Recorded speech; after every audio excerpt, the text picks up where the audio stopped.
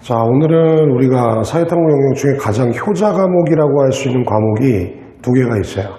윤리와 사상이랑 사회문화라고 하는 과목이 있는데, 사회문화라고 하는 과목에서 무조건 나오는 문제가 기능론적 관점과 갈등론적 관점, 실증적 연구 방법과 해석적 연구 방법, 사회 실체론과 사회 명목론, 그 다음 문화 파트, 그리고 요거죠. 바로 뭐냐면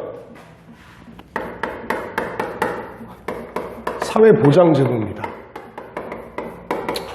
자, 사회보장제도랑 관련된 세 가지 내용은 수능에서 한 번도 출제가 안 된 적이 없는 것 같아요. 자, 무조건 나오는 문제지. 이런 거 틀리면 이제 대학을 못 가는 거죠. 안 가는 게 아니라 못 가는 거예요. 자, 사회보장제도랑 좀 헷갈리는 친구들이 있는데, 사회복지라고 하는 개념이 있습니다. 사회복지는 말 그대로 개념이에요. 모든 국민의 인간다운 생활을 보장해 준다라든지, 자신의 힘으로 자신의 문제를 해결할 수 없는 사람들을 도와주는 일련의 모든 내용을 사회복지라고 하는 거고, 이거를 법으로 만들어서 실질적으로 국민들한테 혜택을 주는 법, 제도가 바로 사회보장제도입니다. 사회보장제도랑 관련된 문제는 우리가 너무나 많이 나왔던 거기 때문에 어려운 문제는 아니지만 3점짜리로 출제가 많이 되기 때문에 꼭 킵을 해놓으셔야 돼요. 사회보장제도는 세 개로 나눠져 있어요. 사회보험이 있고요. 공공부조라고도 하고 공적부조라고도 하지. 그 다음에 사회복지 서비스라고 하는 개념으로 나눠지게 됩니다. 물론 이거 말고도 뭐 여러 가지 다방면의 물질적, 서비스적인 도와주는 제도들이 있을지 모르겠지만, 고등학교 2학년이나 3학년 교과서에 나와 있는 내용은 이 세 정도라고 생각하시면 돼요. 이 세 가지 개념은 문제가 나오는 게 두 가지 유형으로 나올 수가 있어요. 하나는 뭐냐면 사회보험과 공공부조를 비교할 수 있느냐라는 게 문제 하나 나올 수 있고, 사회복지 서비스랑 관련된 내용에서 함정과 관련된 문제가 하나 등장하게 됩니다. 사회보험은 아주 간단해요. 보험이에요. 뭐 집에서 엄마 아빠가 보험 들어본 사람은 알겠지만 뭐 매달마다 보험료를 내야 되죠. 보험료를 낸 사람만이 혜택을 받습니다. 자, 사회보험은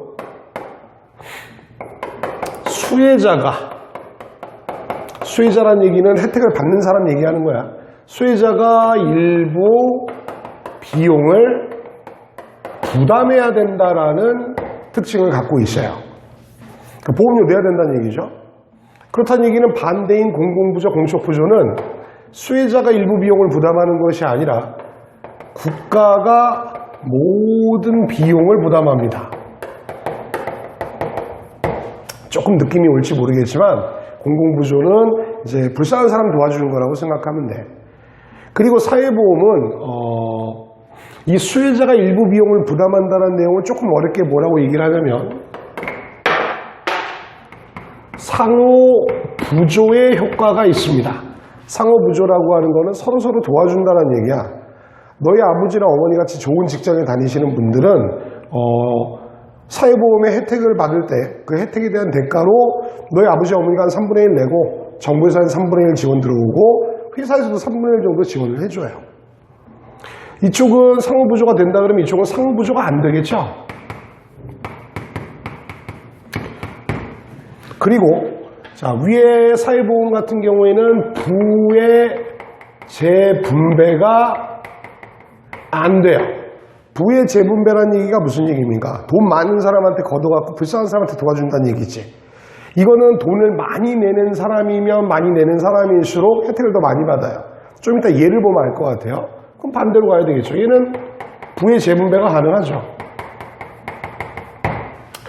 자, 그러면 여기 나와 있는 상호부조의 기능을 갖고 있다. 부의 재분배가 안 된다.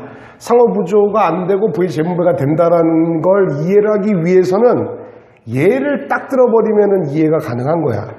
자, 칸이 좀 부족하니까 예를 한번 들어볼게요. 지저분하네요. 자, 사회보험의 예는 강제가입이 원칙이에요. 전부 다 들어야 돼요. 국민연금이 있고요.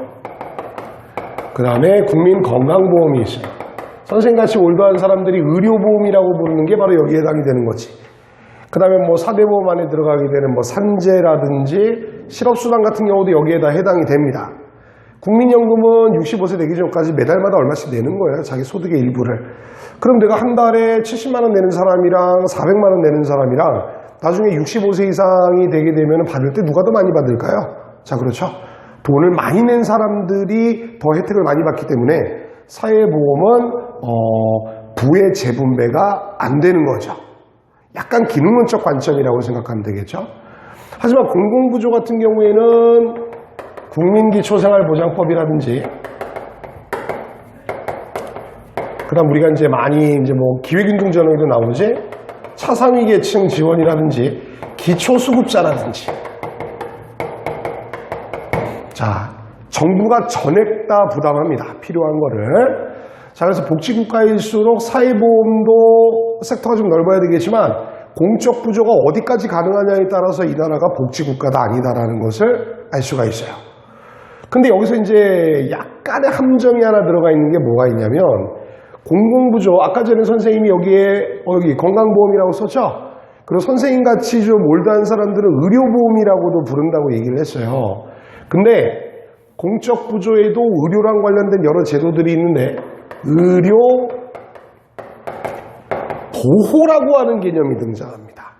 보호라는 개념이 들어가면은 사회보험이 아니에요. 공적 부조죠. 요거를 조금 기억해 놓을 수 있도록 하세요. 요게 이제 많이 헷갈리니까. 자, 다시 한번 정리해 드릴게요. 사회보험은 자기가 낸 만큼 받는 거야. 그냥 보험이랑 똑같은 거라고 생각하면 돼. 하지만 공적 부조랑 공공부조 같은 경우에는 정부가 일정 수준 이하의 사람들에게 인간다운 생활을 보장하기 위해서 실시하는 그런 제도라는 걸 기억을 해 놓으실 수 있도록 하시고요. 그 다음에 우리나라에 한정돼서 얘기를 하는 건데 물론 거대 자본이 돌아가게 되는 뭐 미국이라든지 잘 사는 나라들은 뭐 기업들이 갖고 있는 경제적인 파워가 되겠어요. 뭐 우리나라는 도로나 이런 것들 정부에서 못 만들잖아. 근데 외국에는 뭐 개인이 만드는 것들도 있어요. 자, 그 얘기를 왜 하냐? 사회보험은 국가만 할 수 있어요. 우리나라에서는 공공부조도 마찬가지로 국가죠. 어느 정도 비용이 들어가는지를 생각을 해볼까? 자, 우리나라에서 만 70세가 넘으신 노인분들 같은 경우는 지하철이 공짜예요. 그럼 대한민국에 있는 뭐 노인들의 숫자를 그냥 10%로만 잡아도 한 500만 명 되시지 않겠니? 500만 명한테 하루에 지하철을 한 번만 타게 해준다고 치자. 1,000원이라고 치자. 500만 명 곱하기 1,000원 해봐. 하루에 해당되는 거야. 거기다 곱하기 30 해보고 곱하기 365 해봐. 특별하게 뭔가를 지원하는 게 아니라 그저 노인분들에게 우리를 위해서 희생해 주신 어르신들에게 하루에 지하철 한 번만 타게 해주는 대가가 얼마나 큰 건지 그거를 또 이거는 또 기브앤테이크가 안 되는 거잖아. 써버리면 끝이라고. 근데 이런 걸 할 수 있는 기업이 누가 있을까? 대한민국에. 삼성이 할 수 있을 것 같아요? 안 되죠. 자, 사회보험과 공공부조는 대한민국에서는 국가만 할 수 있습니다. 왜 선생님이 이 얘기를 했는지 좀 이따 사회복지 서비스 할 때 나올 거예요. 자, 사회복지 서비스는 말 그대로 조금 쉬운 버전. 선생님이 쉽게 설명하는 거 되게 잘하거든. 딱 니네 수준이야. 봉사활동이야. 봉사활동. 서비스라는 개념은 재화의 개념이 아니라 내가 몸으로 막 뭘 해주는 걸 얘기를 하는 거죠. 노인병원 가가지고 니네 많이 하는 그 봉사활동 있잖아. 할아버지 할머니 뭐 어깨 주물러 드리고 목욕 서비스 해드리고 말벗 해드리고 식사 도움 해드리고 그런 것들이 이제 다 사회복지 서비스예요. 사회복지 서비스는 봉사활동인데 여기에서 이제 함정이 하나가 들어가 있습니다. 뭐가 들어가 있냐? 사회복지 서비스는 원칙적으로는 금전적이거나 경제적인 서비스래 지원이 아니거든. 근데 선생님 이거 좀 아리까리한데 사회복지 서비스는 경제적인 지원과 병행 가능하다는 얘기야. 즉 내가 가서 할아버지 말벗 해드리는 것도 사회복지 서비스라고도 볼 수 있겠지만 할아버지 할머니들 너무 더우실 것 같아가지고 내가 어느 기관이나 재단의 후원을 받아서 아이스크림 10박스 들고 노인병원에 찾아갔단 말이야. 그래서 안마도 좀 해드리면서 아이스크림도 드리는 것도 사회복지 서비스라고 볼 수 있다는 거죠. 그리고 위에 있는 거를 연결해서 해줘야 되겠네. 사회복지 서비스는 국가도 가능하고요. 지자체도 가능하고 기업도 가능하고 니들도 가능해. 니들도. 자, 사회라고 하는 개념은 두 사람 이상의 사람들이 모여서 사는 공동체를 얘기하는 거기 때문에 뭐 자기가 혼자 그냥 로빈스 크루소처럼 혼자 무인도에 살다가 그냥 옆 섬에 살고 있는 무인도에 가서 봉사활동을 했다라고 한다면 그건 사회복지 서비스라고 볼 수 없을지도 몰라요. 하지만 그게 아니라 어떤 조직이나 단체나 집단에 소속되어 있는 너희가 가서 하는 것도 사회복지 서비스라는 것을 기억을 해놔야 돼. 그러니까 사회복지 서비스는 그 자체에는 특별한 의미를 갖고 있지 않지만 모의고사에서 문제가 나올 때는 두 가지의 특징을 갖고 있다는 거지. 하나, 경제적인 지원과 병행이 가능하다라는 거. 그것도 사회복지 서비스라고 한다는 거. 그리고 규모나 이런 것들이 굉장히 커져 국가만이 할 수 있는 사회보험이나 공공부조가 아니라 사회복지 서비스는 국가나 기업이나 개인도 할 수 있다는 것을 꼭 기억을 해놓으세요. 사회보장제도랑 관련된 문제는 언제나 한 문제 나오고요. 한 문제는 2점이랑 3점이죠. 1점 달아가 대학이 하나 개씩 왔다 갔다 합니다. 소중하게 생각하시고요. 다음번에는 다른 문제가 나올 만한 100% 나올 만한 문제를 한번 더 보여드릴 수 있도록 할게요.